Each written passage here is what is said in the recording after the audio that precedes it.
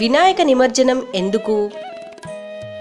వినాయక చవితి వచ్చిందంటే చాలు సందడే సందడి. ఎక్కడ చూసినా రంగురంగు విగ్రహాలు కొలువుతీరి ఉంటాయి. గణపతి పూజలను ఎంతటి భక్తి శ్రద్ధలతో చేసుకుంటామో వినాయక నిమజ్జన కార్యక్రమాన్ని కూడా అంతే ఆనందోత్సాహాల మధ్య జరుపుకుంటాం. గణపతి నవరాత్రుల సందర్భంగా 9 రోజుల పాటు ఎంతో భక్తిగా కొలుచుకున్న గణపతిని తరువాత అలా నీళ్లలో నిమజ్జనం చేయడం అంటే కాస్త ఆశ్చర్యంగా లేదా?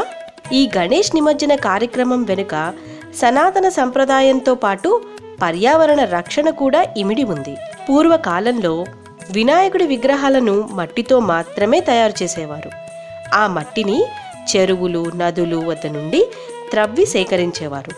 మనకు శ్రావణ భాద్రపద మాసాలలో వర్షాలు విరివిగా కురుస్తాయి.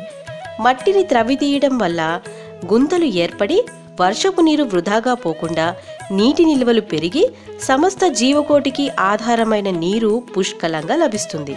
అలాగే గణపతి నవరాత్రులలో స్వామిని ప్రతిరోజు ధూపదీప నైవేద్యాలు, పసుపు కుంకుమతో పాటుగా సహజమైన మూలికలతో, ఔషధీ పత్రాలతో పూజలు నిర్వహిస్తాము.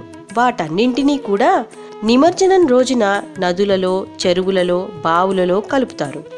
వాటిలోని ఔషధ గుణాలు నీటిలో నివసించే చేపలు, తాబేళ్లు మొదలైన జంతువుల పెరుగుదలకు ఉపకరిస్తాయి. అంటే వినాయక చవితి కేవలం హిందూ సంప్రదాయ ప్రకారం జరుపుకునే పూజ మాత్రమే కాదు, పర్యావరణాన్ని కూడా కాపాడుకోవాలి అని మనకు తెలియజేస్తుంది. హిందూ ధర్మం ప్రకారం గణేష్ చతుర్థి రోజున గణపతి విగ్రహాలను తెచ్చుకుని మండపంలోనో ఇళ్లలోనో ప్రతిష్ఠించుకుంటారు. వారి వారి శక్తి కొలది ఆ విఘ్న వినాయకుణ్ణి మిక్కిలి భక్తి శ్రద్ధలతో పూజలు చేసుకుంటారు. ఎంతో పారవస్యంతో స్వామివారి భజనలు చేసుకుంటారు. సకల జనుల భక్తిని, ప్రార్థనలు విన్న వినాయకుడు ఎంతో సంతోషించి వారి కోరికలను తీర్చి వారు చేసే కార్యక్రమాలలో విఘ్నాలు రాకుండా దీవిస్తాడు.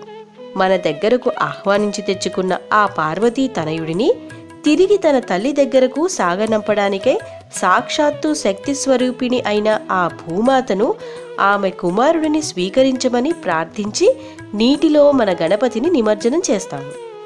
ఈ గణేష్ నిమజ్జనం మనకు ఇంకొక జీవిత సత్యాన్ని కూడా తెలియజేస్తుంది. ఎలా అయితే మట్టితో తయారైన విగ్రహం తిరిగి మట్టిలోనే కలిసిపోతుందో అటువంటిదే మానవ జీవితం కూడాను. అందుకని జీవించినంత కాలము మంచి పనులు చేయాలి, ఆనందంగా ఉండాలి, నలుగురిని ఆనందంగా ఉంచాలి. జై బోలో గణేష్ మహారాజ్ కి జై.